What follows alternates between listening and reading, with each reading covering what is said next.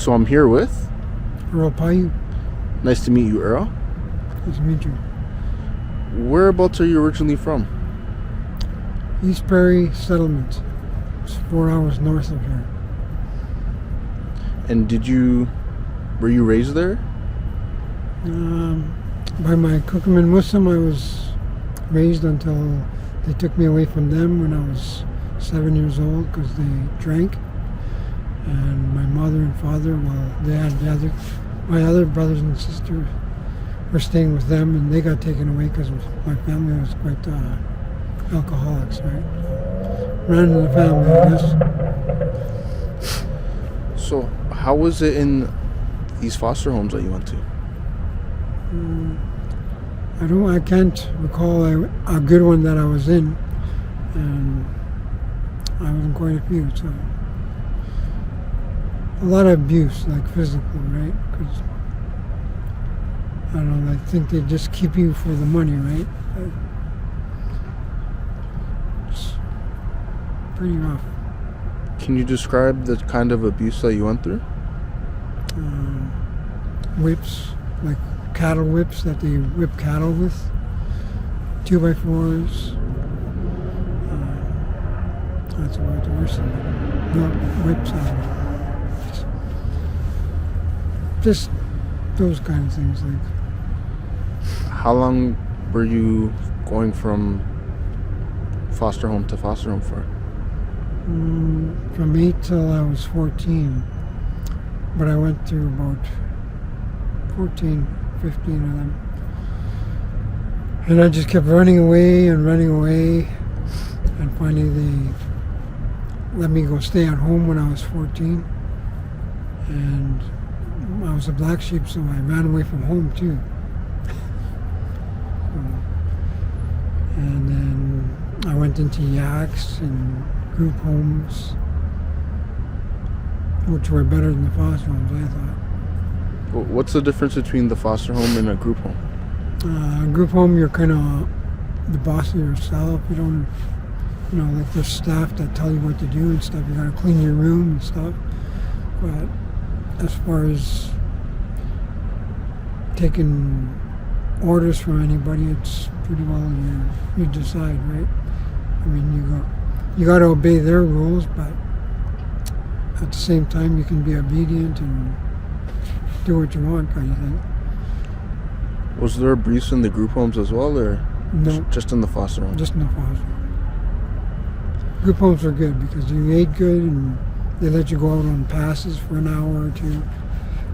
And then you come back. If you didn't come back at the right time, then they take your passes away. So it's good though. Were all the foster homes you went to all in the same general area? Yeah. And that was in Northern District. Central Northern Alberta. And at what age did you come down to Edmonton? I actually lived here from 12 till I was 14, and I started stealing vehicles and stuff like that, so I started going to jail, and that kind of began my next phase in life, and I was growing up in the jail system. Because I went to jail like 2-3 times a year until I turned adult, and then I still went to jail. And I'm 49 now, but I've been out of jail for 13 years, so I got tired of the jail. It's a waste of time, and I'd rather be out here. Can you describe what it was like kind of growing up in the jail system, in the prison system?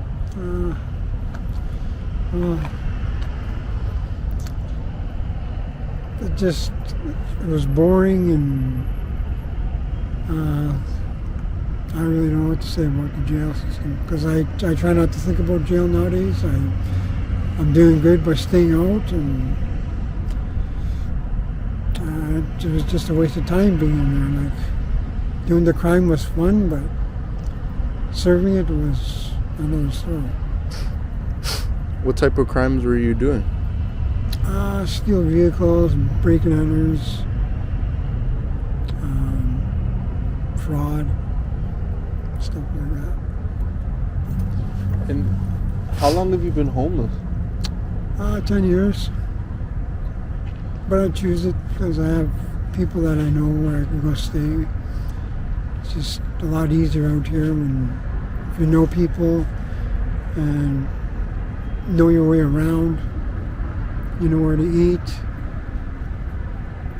It's all good. It's easier than having your own place, I think, because you got to pay money for that. Here, you don't have to pay for anything out here. How's it been the last 10 years homeless? In winter, it's cold. Like now, it's nice. Like you run into a lot of people and make a lot of friends. Actually, right now I'm looking for my girlfriend. I don't know where she's at. And I'll ride my bike all night until I find her. Do you usually try and stay in a shelter in the winter? No, I don't like shelters because they smell bad. Just want to pick my spots where I sleep, and I usually don't sleep. I try to stay up all the time. I think sleep's a waste of time. Do you remember the first time that you tried doing drugs? Weed, it was when I was 12. I've been on meth now for probably about 15 years. And I shoot it, I inject it. But other than that, that's all I do. I was drinking, but I had to quit because I got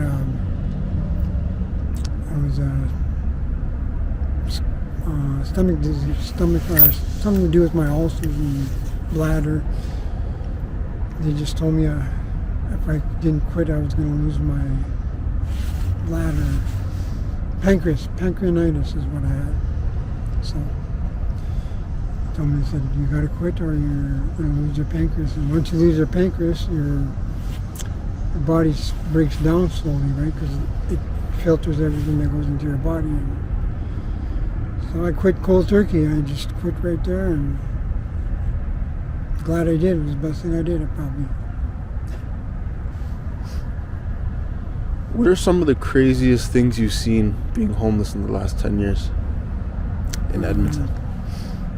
Somebody died because they were on drugs, or they did drugs and they overdosed, and they got the needle like about 8 times, and they couldn't save him, and he was blue, and yeah, that's pretty. I've run into people that needed to get a shot, and instead I just phoned the ambulance and waited till they got there. But myself, I couldn't give somebody a needle and I'd get too nervous and stuff, right, when I'm on a spot. But I've seen people get stabbed up. I've seen lots. Gunshots. As far as that, I guess I never got shot or anything, but pretty close. Like, I've been in the proximity of people using their guns, and it's pretty wild. And what do you think can be done to help other homeless people in your same situation? Well, try to get them off the dope or off their habit, and find them something to do to take that crave away and occupy their mind with something else, something that's positive, and something like physical or gym or something like that. Something that's good, right? That's not wrecking and that they're interested in. But it's got to be interesting to them, otherwise they're not going to want to do it. Thank you very much for your time. I appreciate it. Sure.